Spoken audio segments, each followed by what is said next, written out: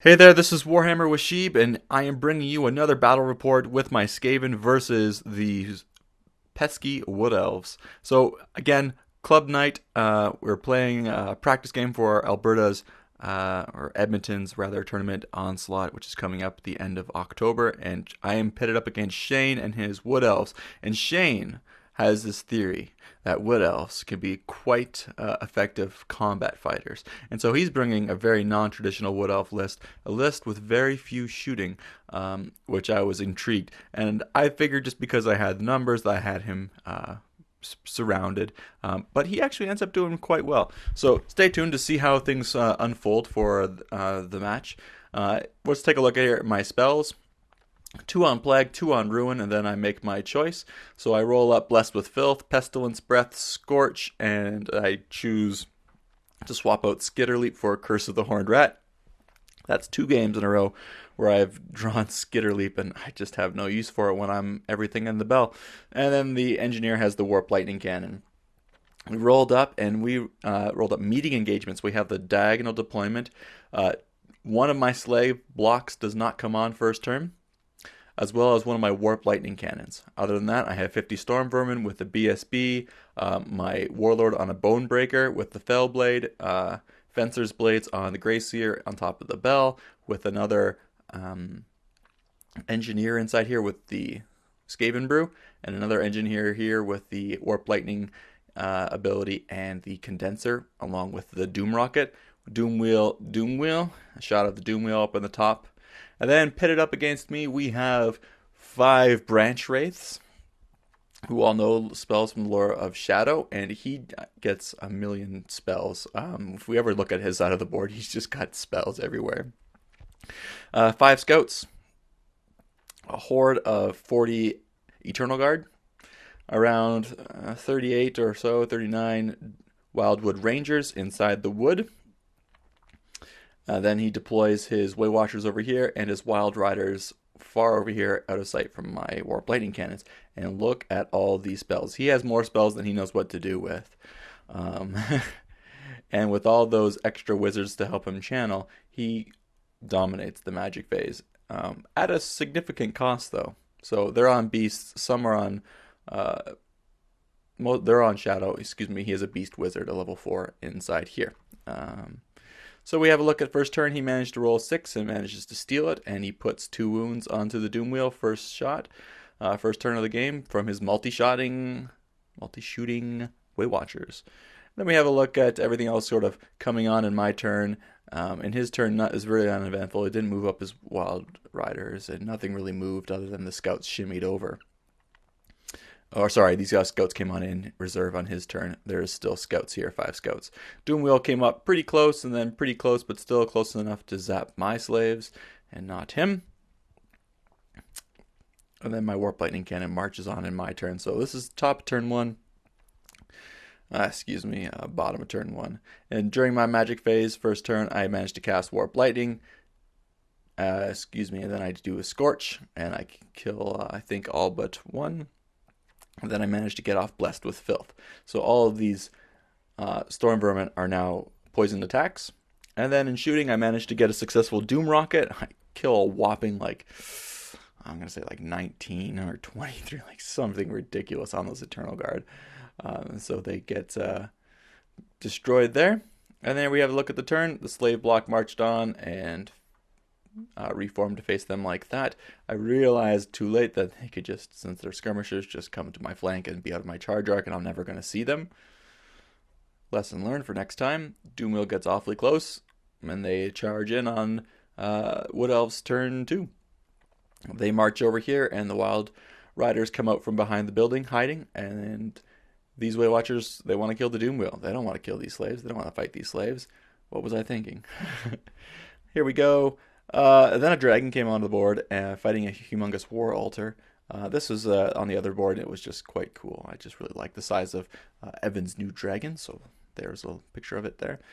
And then in his magic phase, he manages to get off the Withering. I actually let it go, figuring I'm not going to be in combat. He's not going to charge me out of the woods. Okay, I'm minus, possible D3 toughness. So I let that go. He also Melkoth's Mystifying Miasma'd me, lowering my movement by 3, so now I am a whopping 2. That's okay. I won't charge. I let those go through. In the magic phase, through his miscast of casting Malkoth's Mystifying Miasma, he manages to detonate himself and get a wound put on him. And there we have a look at the board. We have 2 wounds on the bell and a wound on the... 2 wounds on the Gracier, 2 wounds on the bell after shooting. The Way Watchers shot the large target and did quite well. Rolled a ton of 6s. In combat, the Dryads with all the branch waves managed to get off Savage Beasts of Horos, and they just make short work of the Doom Wheel. No impact hits. They got a few grind attacks, but yeah, Doom Wheel, not long for this world. Blurry picture of my turn where I reform my Skaven to face them like so. Possibly should have went maybe Horde to open up my charge arcs, but I don't really know. I think he was planning on fleeing from them anyway, but I'm not quite sure why he let me and why I didn't do that and why I didn't press him that hard.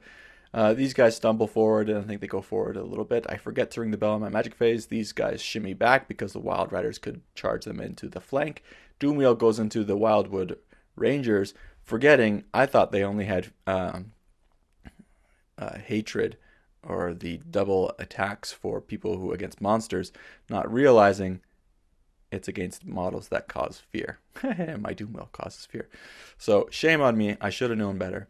I also, in my magic phase, get off the Curse of the Horned Rat. There used to be 5 scouts here. Now there's 5 clan rats. And I actually thought I would get 5 clan rats for the men that turned into clan rats, plus whatever I rolled. Such is not the case. So, oh well. They're at least there as a speed bump. I'm not planning on being in combat this turn anyway. So we have a look at the top of the board before combat starts, and then after combat, the Doom Wheel died. Got its impact hits though, but not enough. Wild Riders make a ridiculous long charge onto the flank. I think they needed a 9, maybe an 8. I guess that's not really that long of a charge, considering how fast they are. And my tip was actually pretty close to his tip of his base, so... There we go, a flank charge. These slaves are also not long for this world. We look at the board. Look at all those spells. This is when I realize, oh my goodness, all those characters are not only characters when you get Savage Beasts of Horos off. They all have spells from the Lore of Shadow and are just pimp. So here we go. And here's when I also realize the Withering is a Remains in Play spell. Oh man, so I did not dispel that in my magic phase, and now he is going to have a magic phase where he could cast more devastating magic on top of me, more shooting. Even though I'm really reduced toughness, it's not making me charge into combat, and any missile shooting that he does shoot in is quite effective. Wild Riders do what they do best and just destroy flanks and ranks. And then in my turn, I managed to get off a nice charge, figuring I would dispel the Withering before combat actually takes place.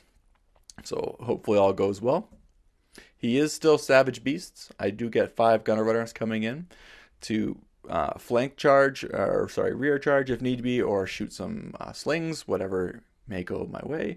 I do have my Warlord on a Bonebreaker with the Fellblade, and I'm going to go put the hurt on these characters and this unit. So I am feeling overconfident at this point that I'm going to win combat, especially considering I could get off the Withering.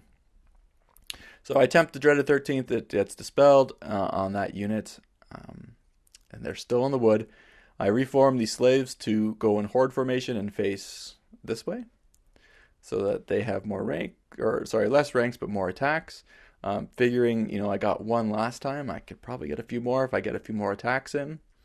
In combat here, I managed to solo out his Branch Wraith and against my Warlord, and he put a couple wounds on me, but I got the best of that Branch Wraith. And I, during my magic phase, failed to dispel the Withering. So I am still withered. And what's worse, I flub all of my attacks. Because they are high characters and because they're high weapon skill, higher than mine, even though I'm frenzy, I have a freaking bell in here that's reducing my attacks. Yeah, I'm in horde formation, but a lot of it's taken up by characters who have to fight other characters, and I just don't get to put many attacks at any, if anything, on the unit. And so this combat goes horribly, horribly bad for me. And then, as you can see, on Shane's following turn, he makes an easy counter charge into my flank. Wildwood Rangers charge into the flank of the slaves as well. And this is where I realized I was super overconfident. We're talking Wood Elves here who, are only toughness 3, don't have much of an armor save. I should be rocking them.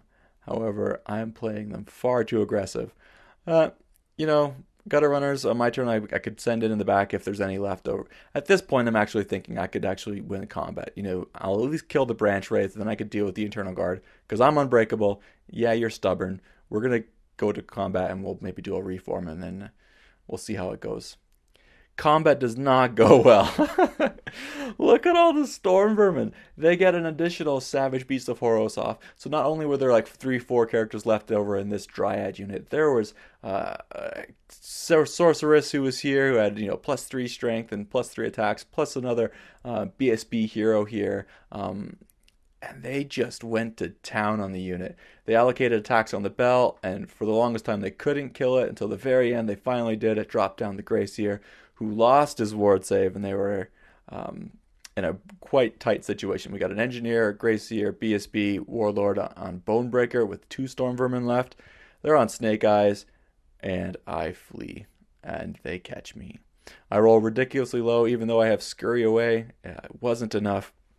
The Dryads rolled double 1, so they didn't go far at all. These Eternal Guard caught me, and now my Gutter Runners. Wow. Yeah, I think they passed their leadership test, so not run away. Slays explode, kill off 3 more Wild Riders, and maybe 1 or 2 Wildwood Rangers, but they're gone. I have no army anymore. Once the bell is gone, it is gone. So I charge the Wildwood Rangers with my slaves down a hill. I'm hoping, here's hoping, that I get something and maybe can break them in combat. They're far away from their BSB. I'm praying for a miracle now. Gutter Runners, I send into the back. Yeah, I'm poisoned attacks. I got initiative 6. They got initiative 7. So they put the whopping hurt on my Gutter Runners, kill 3. 2 are still alive. I managed to squeak through a few and kill the remaining Dryads, but the Branch Wraiths are still there. So we have a look. I flub all my slave attacks. I mean, slaves, you can't really rely on them for anything. But boom, they go in and they fail to do anything. Here's a look at them charging up towards my Warp Lightning Cannons. All I really have left. All I'm really praying for is just to get a lucky Warp Lightning Cannon, kill the last of the Wild Riders, kill the last of this whatever unit, and just hope for a minor loss. If it's already going to be a massacre, I could tell. Still, I have 1 unit of Gutter Runners who hasn't come on yet, and his Way Watchers are still fleeing from my slaves. And here we go. I managed to kill a Wild Rider with a Warp Lightning Cannon. The other one fails to cast anything. He shoots an Amber Spear at it. It goes off. And that, my friend, is how the game works. We have a slave block that's tied up in combat with the Wildwood Rangers. And then we have a Warp Lightning Cannon and a unit of Gunner Runners, which finally made it on last turn. Still not enough. These got 2 characters here, more characters in here, Eternal Guard block plus this. And the Wild Way Watchers rallied. So overall, fun game. Victory goes to our clubmate Shane. Thank you very much for the game and for the practice. Things I have learned. I've learned a few things since I haven't played Skaven in a whole lot and recently. Number 1, Skaven, you have to think like a rat. You're not wanting to seek combat right away. Yeah, you're unbreakable in the bell, but you're strength 3, tough 3, and you got heavy armor. That's it. You're no better than an Empire Halberdier, which has a Hurricanum to buff it up, right? There's reasons why they can go march out in combat when they have the support.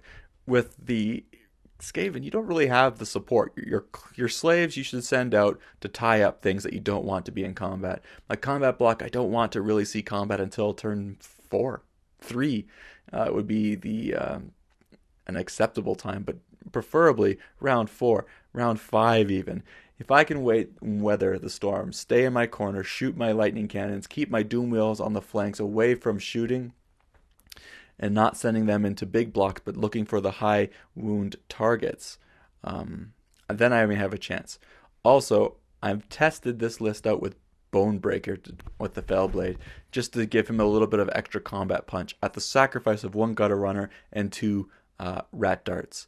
I'm thinking I'm going to switch back to my original list with the two Rat Darts for giving me more drops. The Fellblade is strength 10. It's freaking awesome. It does d6 wounds. Do I need to be riding a Rat Ogre? I don't know. It's nice having strength 5 attacks and 5 of them, but in this tournament where we're playing the End Times rules, I really want to, because I know I'm going to be facing a lot of monsters. However, I don't think it's going to be best used that way. Well, that's the battle report. Thanks for watching.